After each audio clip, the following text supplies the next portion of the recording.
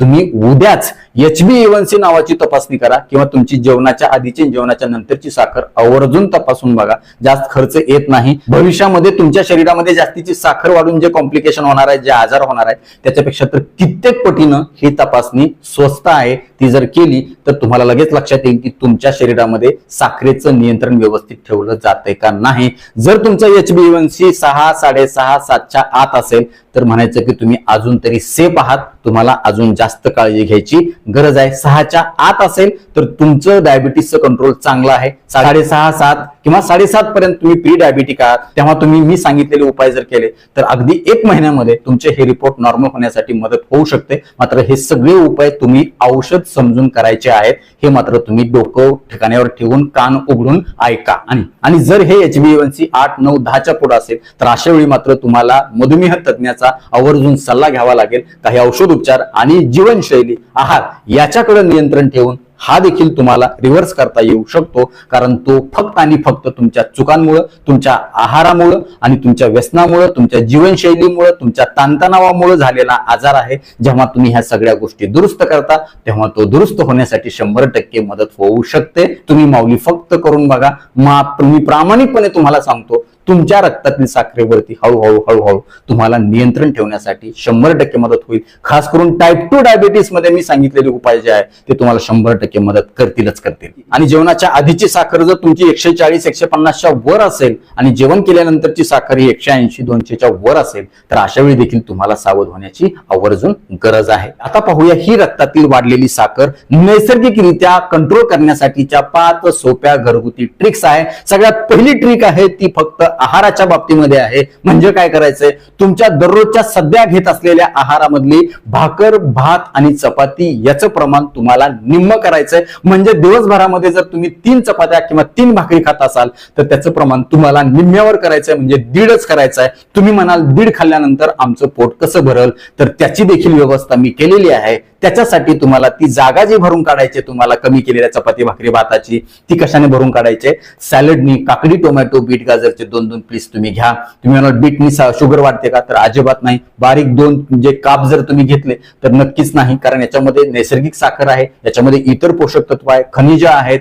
Fibre मुबलक प्रमाणामध्ये आहे. त्याच्यामुळे याचं तुम्ही लोड घेऊ नका. आणि आपण खातोय कसं, औषधासारखंच खातोय. नाहीतर बीट चांगला आहे कितीही खावा, मग म्हणल्यानंतर साखर वाढू शकते. आहार यासोबतच तुमच्या आहारातील हिरव्या पालेभाज्याचं आणि फळभाज्याचं प्रमाण तुम्हाला वाढवायचंय. मग मेथी असेल, पालक असेल किंवा शेपू असेल किंवा तांदूळ कुंद्र्याच्या भाज्या असतील, रानभाज्या असतील, ह्याचं प्रमाण तुम्ही दुप्पट करा. 1 वाटी खात असेल तर 2 वाट्या करा. कारण याच्यामुळे तुमचं पोट भरल्यासारखं राहील. फायबरमुळे तुम्हाला पोट साफ होण्यासाठी मदत होईल. इतर खनिज आणि जीवनसत्व, जिवंत आहार याला आपण म्हणतो, पालेभाज्या आणि फळभाज्यांना, याचा अतिरिक्त फायदा तुमची प्रतिकार शक्ती वाढवण्यासाठी आणि तुमच्या डायबिटीस या आजारावर लढा देण्यासाठी, तुमचं शरीर तंदुरुस्त आणि मजबूत करण्यासाठी होईल. आणि अजून एक महत्वाची गोष्ट तुम्हाला आहारामध्ये वाढवायची ती म्हणजे प्रोटीन. हे प्रोटीन तुम्ही प्लांट बेस्ड वापरा. म्हणजेच वनस्पतीजन्य प्रोटीन कशामधून मिळतं, तर त्याचा चांगला स्रोत कुठला आहे, तर ते म्हणजे वेगवेगळ्या प्रकारच्या डाळी. दुपारच्या किंवा सकाळच्या जेवणामध्ये आवर्जून तुम्ही तुरीची किंवा मसुऱ्याची डाळ घ्या. आठवड्यातून एकदा उडदाची डाळ तुम्ही घ्या. ही डाळ खात असताना घट्ट डाळ घ्या. रात्रीच्या जेवणामध्ये हमखास साल असणाऱ्या मुगाच्या डाळीची 1 घट्ट वाटी तुम्ही आवर्जून खा. नक्कीच तुम्हाला याचा चांगला फायदा होईल. आणि हे सगळं जेवण करत असताना जेवणाच्या वेळा फिक्स ठेवा. सकाळचं जेवण लवकरात लवकर करा, संध्याकाळचं जेवण सुद्धा लवकरात लवकर करा. 2 जेवणाच्या मध्ये काही खाऊ नका. जर भूक लागलीच तर सगळ्यात पहिलं काम तुम्ही करा, पाणी प्या.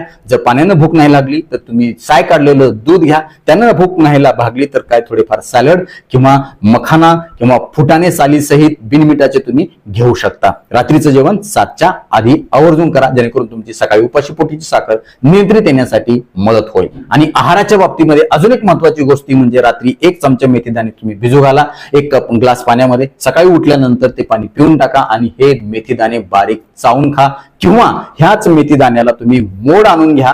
हे मोड आलेले मेथी दाणे तुम्ही जेवणाच्या मध्ये 2 चमचा आवर्जून खा. नक्कीच मेथी दाण्यामध्ये असणारं फायबर आणि जे काही औषधी गुणधर्म आहेत रक्तातील साखरेवरती नियंत्रण ठेवण्यासाठी 100% मदत करू शकतात. आणि सगळ्यात महत्वाचं, आहारातली साखर, साखरेचे पदार्थ, गुळाचे पदार्थ, अगदी मध सुद्धा तुम्ही बंद करा. शिवाय तळलेल्या पदार्थाचा सुद्धा 1 घास सुद्धा खाऊ नका. मिठाचं प्रमाण कमी करा. दुसरी सोपी ट्रिक आहे ती म्हणजे व्यायाम. व्यायाम हे डायबिटीस या आजारामध्ये रक्तातील साखर वाढल्याच्या नंतर मानलं जाणारं हे सर्वोत्तम औषध आहे. नेमका कोणता आणि कसा कुठल्या वेळेला व्यायाम करायचा आहे, तर सगळ्यात महत्वाचं दरवेळी जेवण झाल्याच्या नंतर 10 मिनिटांनी तुम्ही किमान 5 मिनिट तरी खुर्चीला किंवा टेबलला हात धरून उभा राहा आणि उभा राहिल्याच्या नंतर तुमच्या टाचा वर खाली करण्याचा तुम्ही काय करा, व्यायाम करा, ज्याला आपण कापरेज एक्सरसाइज म्हणतो. हे का बरं करायचंय? कारण या पिंडरीमध्ये पोटरीमध्ये सोलेस नावाचे जो स्नायू असतो तो आपल्या हृदयाचा, तो आपल्या शरीराचं दुसरं हृदय असतो.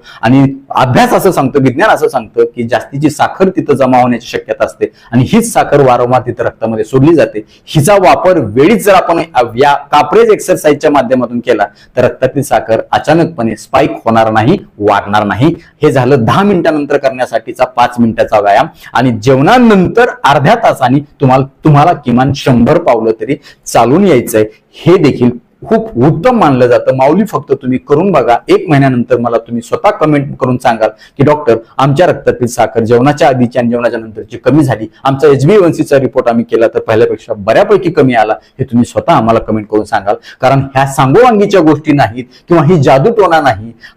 हे विज्ञान आहे, हे शास्त्र आहे, हे सायन्स आहे आणि हे अनुभवातून आलेलं आहे. कित्येक लोकांना ह्या सगळ्या ट्रिक्सचा अत्यंत चांगला फायदा झालेला आहे. तिसरी सोपी ट्रिक आहे ती म्हणजे झोप शांत घेणं. झोपेसारखं दुसरं औषध नाही. ही झोप शांत येण्यासाठी तुम्हाला 4 यम पाळायचे आहेत. पहिलं यम आहे ते म्हणजे मील, रात्रीचं मील म्हणजेच जेवण तुम्हाला लवकरात लवकर 7च्या आधी करायचंय. दुसरं यम आहे ते म्हणजे मेडिटेशन. रात्री झोपताना तुम्हाला भ्रामरी नावाचं प्राणायाम किंवा ध्यानधारणा करायचे, देवाचं नामस्मरण करायचंय. तिसरं यम आहे ते म्हणजे मोबाईल. रात्री 8-8:30 नंतर तुम्हाला मोबाईल बंद ठेवायचा किंवा कुठली स्क्रीन डोळ्यासमोर घ्यायची नाही. चौथं यम आहे ते म्हणजे मसाज. रात्री झोपताना तुमच्या पायाला, तळपायाला, संपूर्ण पायाला साध्या खोबऱ्याच्या तेलाने उलट सुलट अशी हळूवार मसाज केली तर तुमचे दिवसभर थकलेले पाय हे खूप शांत होतील, रक्ताभिसरण सुधारेल आणि सगळ्यात महत्वाचं मेंदू लवकर झोपण्याच्या अवस्थेमध्ये जाईल आणि झोप शांत झाल्यामुळे रक्तातील साखर देखील कंट्रोल होईल. चौथी सोपी ट्रिक आहे ताणतणाव म्हणजे स्ट्रेस. हे रक्तातील साखर वाढण्याचं एक महत्वाचं कारण मानलं जातं. बरेच लोक म्हणतात डॉक्टर गोड तर खात नाही पण रक्तातील साखर वाढते, औषध गोळ्या चालू असून सुद्धा त्याचं एक महत्वाचं कारण असू शकतं ते म्हणजे तुम्हाला असणारा सततचा ताण. हा ताण काय करतो, रक्तामध्ये कॉर्टिसॉल नावाचा हार्मोन वाढवतो आणि हे कॉर्टिसॉल मुळे आपल्याला इन्सुलिन रेजिस्टन्स होतो. रक्तातील साखर तीव्र वेगानं वाढते आणि काही केल्या ती कमी होतच नाही जोपर्यंत तुम्ही ताण कमी करत नाही. ताण येणं हे स्वाभाविक गोष्ट आहे, परंतु त्या ताणाचा आपल्या शरीरावर, मनावर कशा पद्धतीने परिणाम करून घ्यायचा ते मात्र आपल्या हातात आहे. कारण ताण आहे म्हणून आयुष्य आहे. त्या ताणाला जर तुम्ही सकारात्मकतेने घेतलं, तो कमी करण्यासाठी प्राणायाम, मेडिटेशन किंवा ध्यानधारणा, नामस्मरण, रामकृष्ण हरी जरी म्हणलात तरी ताण कितीतरी कमी होतो. तुम्ही लक्षात घ्या, तुम्ही करून बघा. माऊली जप करा, देवाचं नामस्मरण, तुमच्या जो कोणी आवडीचा देव आहे त्याचं नामस्मरण करा. मनामध्ये शांती ठेवा, समाधानी राहा, जास्तीच्या अपेक्षा कोणाकडून ठेवू नका, दुःखी नाराज अजिबात होऊ नका. हा जन्म पुन्हा पुन्हा नाही, एकदाच येतो. आजचा दिवस चांगला जगा. भविष्याची जास्त चिंता करू नका. भूतकाळात घडलेल्या गोष्टीचा जास्त विचार करू नका, कारण त्याचं नियंत्रण आपल्या हाताबाहेर आहे. आणि 5वी सोपी ट्रिक आहे, जर तुम्हाला कुठल्याही प्रकारचं व्यसन असेल, दारू, तंबाखू, बिडी, सिगारेट, अजून बायका असतील तर मिश्री लावण्याचं व्यसन असेल तर ते आजच बंद करा.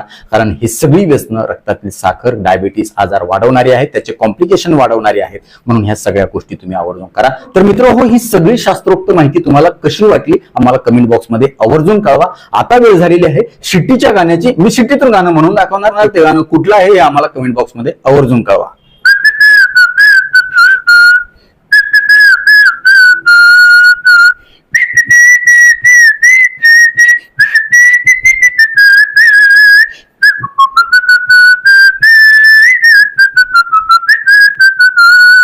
तर नक्कीच मित्र हा व्हिडिओ तुम्हाला उपयुक्त वाटलाच असेल याची मला 100% खात्री आहे. व्हिडिओतली एक जरी गोष्ट तुमच्यासाठी महत्वाची कामाची वाटली असेल तर कृपया लाईकचं बटन न दाबता पुढे जाऊ नका. कारण जेव्हा तुम्ही आवर्जून लाईक करता तेव्हा आम्ही आवर्जून वेळ काढून व्हिडिओ बनवल्याचं आम्हाला समाधान मिळतं, सार्थक झाल्याचं वाटतं. यासोबतच हा व्हिडिओ आपल्या जास्तीत जास्त मित्र नातेवाईकांना शेअर करा, जेणेकरून त्यांना देखील वेळी सावध होता येईल. ते तुम्हाला थँक्यू म्हणतील, मला देखील दुवा देतील, छान छान आशीर्वाद देतील.